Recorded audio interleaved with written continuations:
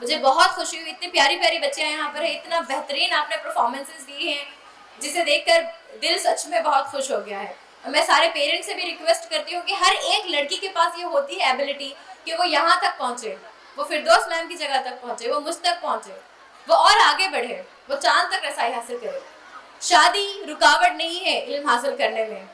شادی کے بعد بھی جو گھر ہوتے ہیں جس میں بچیوں کو بیاہ کر لایا جاتا ہے, وہ ان کو وہ ماحول فراہم کرے, ان کو وہ اپرچونٹی دے کہ وہ ساری ذمہ داریوں کو نبھاتے ہوئے بھی اپنے ایجوکیشن کا جو جرنی ہے اس کو کمپلیٹ کرے, اس کو جاری رکھے رسپانسبلٹی میں شریک ہوتے ہوئے. یہ ایک چھوٹی سی گزارش تھی, اور آپ لوگوں سے بھی ایک چھوٹی سی گزارش ہے کہ اللہ کے نبی صلی اللہ علیہ وسلم کی لائف کو ایک چھوٹی سی بکلیٹ کی شکل میں ایٹ لیسٹ ہم کو اپنے کریکولم میں اس کو شامل کریں کہ ہم پڑھیں, اور اس کے بعد انسپائر ہو کر کے آپ لوگ خود آپ کے نبی, ہمارے نبی کی زندگی کو اور جاننے کی کوشش کریں. بہت بڑی بڑی کتابیں لکھی گئی ہیں, آپ لوگ پھر خود سے اس کو جو ہے نا پڑھتے رہیں, آگے بڑھتے رہیں. یہ نہیں کہ نصاب کا حصہ ہو گیا, کریکولم میں ہے اور وہ ختم تو ہمارا کام ختم. نہیں, ہم کو ہمیشہ پڑھتے رہنا ہے, ہم کو ہمیشہ جو ہے نا آگے بڑھتے رہنا ہے, قرآن کو بھی سمجھنا ہے اور ساتھ میں نبی کریم صلی اللہ علیہ وسلم کی زندگی کو بھی سمجھنا ہے. اور اسی امید کے ساتھ اور یقین کے ساتھ میں یہاں سے ودا ہوتی ہوں. تھینک یو سو مچ, جزاک اللہ خیرا کثیرا.